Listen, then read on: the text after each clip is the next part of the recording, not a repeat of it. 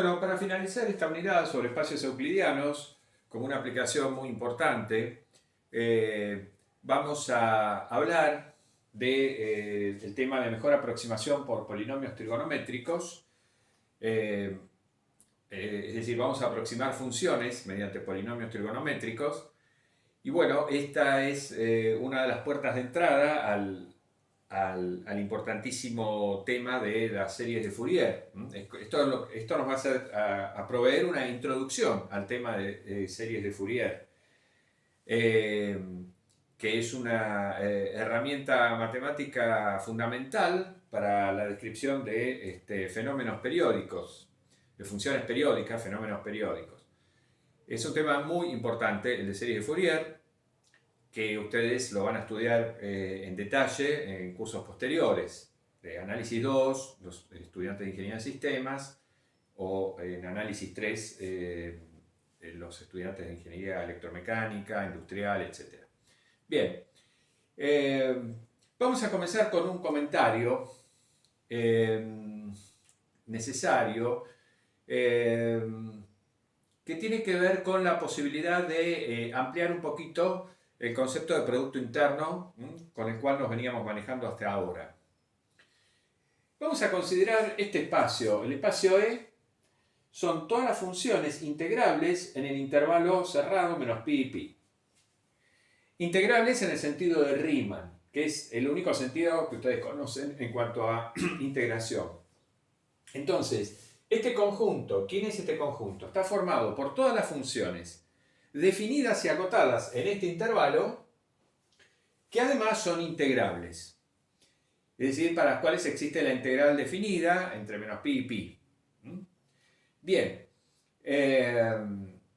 este conjunto es un R espacio vectorial, es un espacio vectorial real con las operaciones usuales de suma de funciones y producto de escalares por funciones, porque ustedes saben que si suman dos funciones integrables, obtienen una función integrable, y si multiplican una constante con una función integrable, obtienen una función integrable. Entonces es un espacio vectorial real. Y si tomamos dos funciones integrables entre menos pi y pi, podemos definir esta operación, que la estamos llamando pseudo producto interno. Ahora vamos a ver por qué. Porque no decimos que esto es un producto interno, decimos que es un pseudo producto interno, un falso producto interno. Algo muy parecido a un producto interno, pero no es, estrictamente hablando, un producto interno. Bueno, la integral entre menos pi y pi, f de t por g de t diferencial t. Esto lo podemos definir porque si f y g son funciones integrables en el sentido de Riemann, entre menos pi y pi, bueno, el producto de ellas también es una función integrable en el sentido de Riemann. Y por lo tanto esta integral está definida y no hay ningún problema. Recordemos, digamos, cuáles son las funciones que entran acá. Son las funciones definidas y acotadas entre menos pi y pi, que tienen un número de discontinuidades. Digamos, para nosotros nos podemos quedar con la idea de que son las funciones definidas y acotadas que tienen finitas discontinuidades dentro del intervalo, menos pi pi. O sea, un número finito de puntos donde eventualmente la función es discontinua. Esas son las funciones que entran acá dentro, en ese espacio. En realidad entran más, pero no importa, nosotros nos quedamos con esa idea. Bueno, bien, entonces este producto está definido en este espacio vectorial. No es un producto interno. ¿Qué es lo que falla? O sea, ¿por qué no es un producto interno estrictamente hablando? Acá estamos diciendo que esto es una forma bilineal simétrica semidefinida positiva. Una forma bilineal simétrica porque este producto cumple los tres primeros axiomas del producto interno. Es simétrico, claramente, f contra g es lo mismo que g contra f. Y se comporta linealmente respecto de un lado y del otro. Respecto de la primera función o de la segunda función, se comporta linealmente, claro, por propiedad de linealidad de la integral definida. Eso está claro. Entonces cumple los axiomas 1, 2 y 3 del producto interno. Es una forma bilineal simétrica, que es lo que dicen los axiomas 1, 2 y 3. Pero el axioma 4 no lo cumple. Es cierto que si hago el producto de f contra f, si acá entonces integro entre menos pi pi f de t al cuadrado diferencial t, eso ciertamente me va a dar mayor o igual a 0. O sea, eso sí es verdad, el producto de f contra f es mayor o igual a 0. Pero puede ocurrir que tenga una función no nula, integrable acá, y que el producto de esa función contra ella misma me dé 0, y que la función sea no nula. Y un ejemplo trivial es si uno dice, bueno, tomo una función definida de la siguiente manera. La función f en t vale 0 para todo t entre menos pi y pi, excepto en t igual a 0. En el punto 0 la defino como f en 0 igual a un medio, qué sé yo, cualquier cosa. Entonces, esa función es no nula. Pero digamos, la integral de esa función y de su cuadrado, por supuesto, me va a dar 0. Y entonces es una función no nula, pero el producto interno de esa función contra ella misma me da 0. Bien, entonces ahí está el problema. Falla el axioma 4. Por eso es un pseudo producto interno.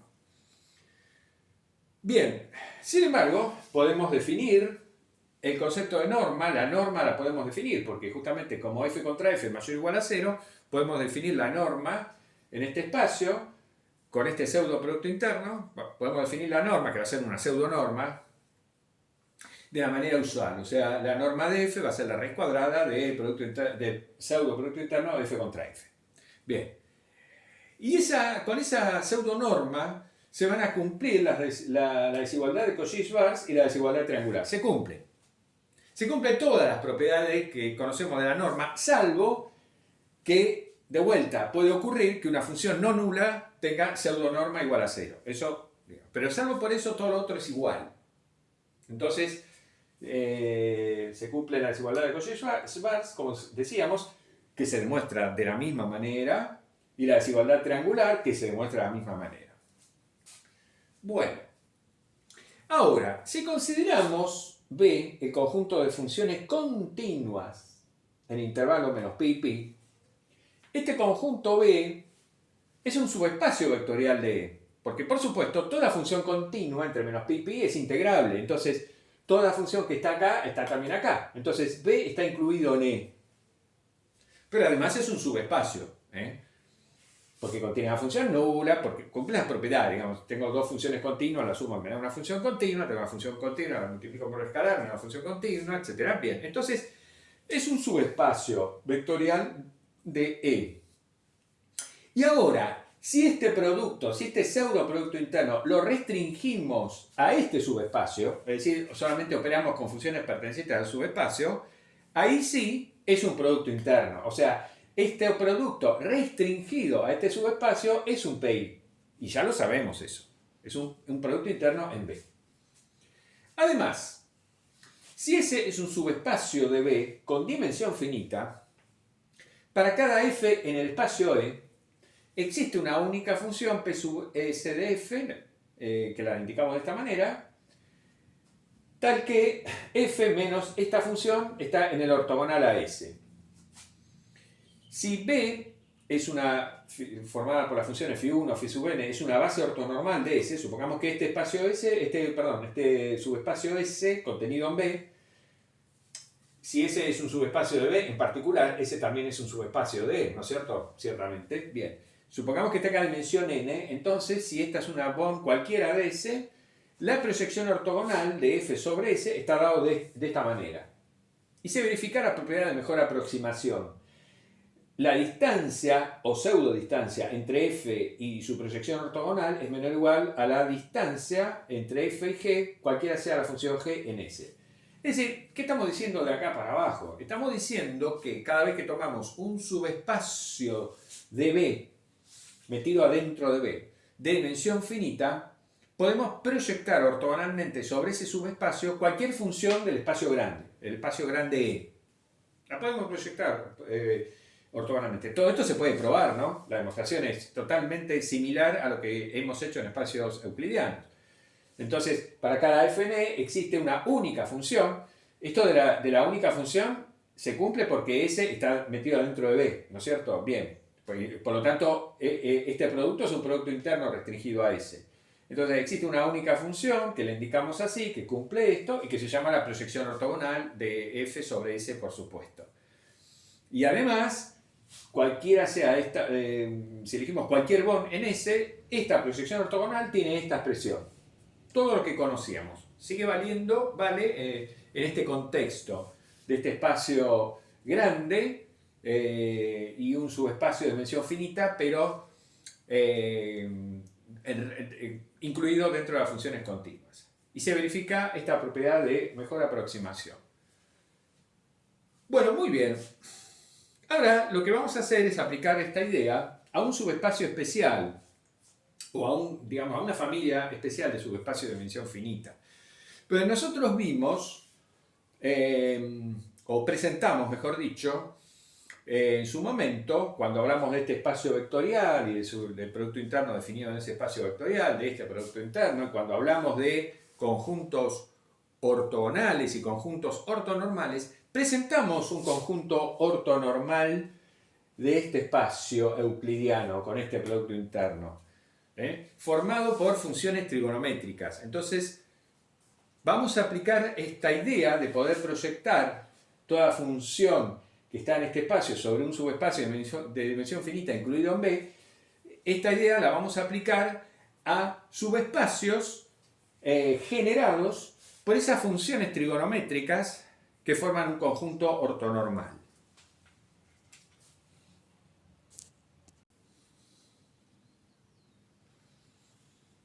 Bueno, y ahora vamos a decir qué son los polinomios trigonométricos o qué se entiende por polinomio trigonométrico. Entonces continuamos situados en el espacio vectorial de las funciones integrales entre menos pi y pi, tomamos B como el subespacio de formado por las funciones continuas entre menos pi y pi. Bien, nosotros ya vimos en su momento que si definimos una sucesión de funciones phi sub 0, phi sub 1, phi sub 2, phi sub 3 de esta manera, es decir, phi sub 0 de t, la primera función es la función constantemente igual a 1 sobre raíz de 2pi, y después las funciones con índice impar son cosenos divididos todos por raíz cuadrada de pi, y las funciones de índice par son esos senos divididos por raíz cuadrada de pi. Bueno, vimos en su momento que este conjunto es ortonormal, es un con, en el espacio vectorial B de las funciones continuas entre menos pi y pi. Naturalmente que estas funciones están dentro de este espacio. Bien, ahora, para cada número natural n mayor o igual a 0, es decir, para cada número entero mayor o igual a 0, mejor dicho, vamos a definir S sub n, utilizar este símbolo para indicar al subespacio generado por las primeras dos n más 1 funciones de este conjunto, de esta sucesión, mejor dicho. Es decir, S sub n va a ser el subespacio generado por phi sub 0, por phi sub 1, phi sub 2, hasta phi sub 2n. Tenemos acá un total entonces de 2n más 1 funciones. Bien.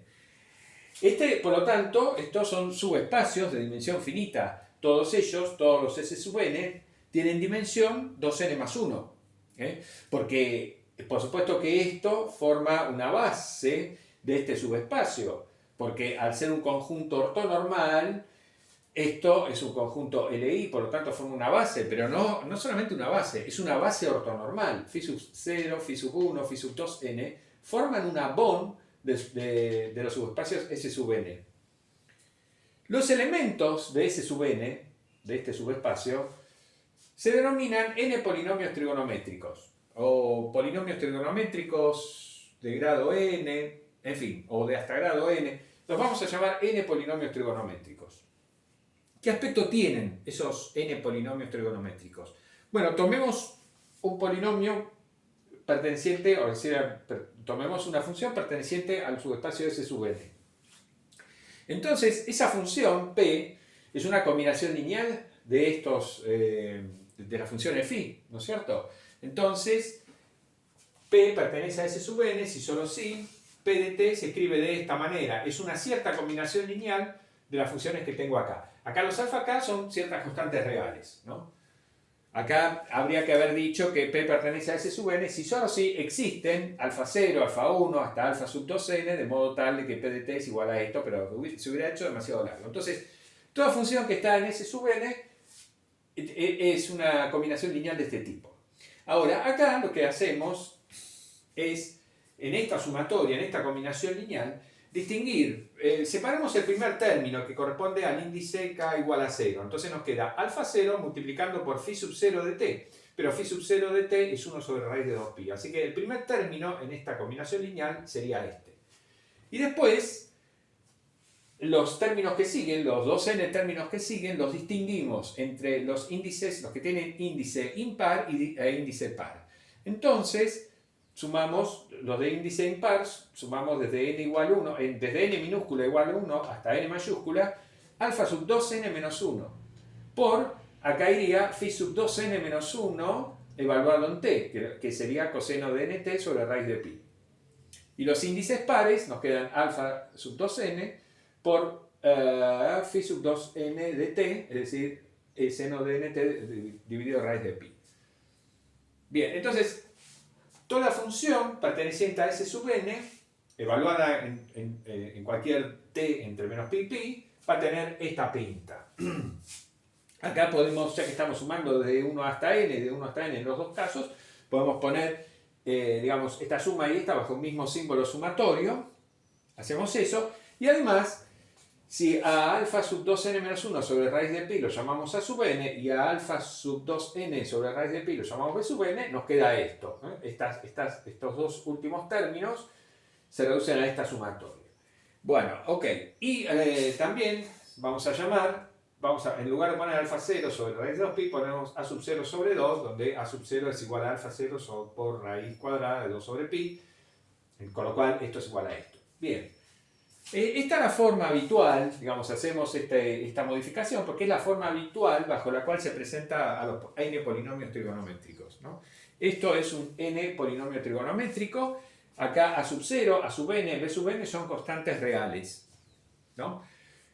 Cualquier función definida entre menos pi pi que tenga esta pinta con a 0, a n y b sub n constantes reales cualesquiera, es lo que se denomina un polinomio trigonométrico.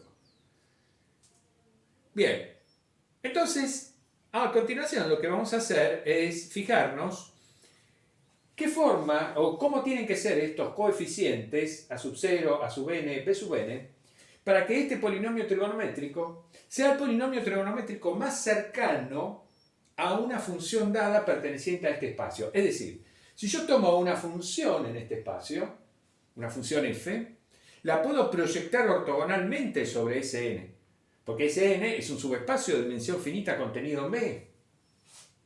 No solamente eso, sino que además ya tengo de regalo una base ortonormal en S sub n, con lo cual ya sé cuál va a ser la fórmula explícita para obtener la proyección ortogonal sobre S sub n de cualquier función perteneciente a ese espacio, al espacio E. Bien, cuando yo proyecto ortogonalmente a una f del espacio E sobre S sub n, voy a obtener un polinomio trigonométrico. Los coeficientes a sub 0, a sub n y b sub n van a quedar expresados en función de la función f que yo obtuve. Y van a obtenerse, digamos, haciendo los productos internos de f contra phi sub 0, contra phi sub 1, phi sub 2n. Eso es lo que vamos a hacer a continuación.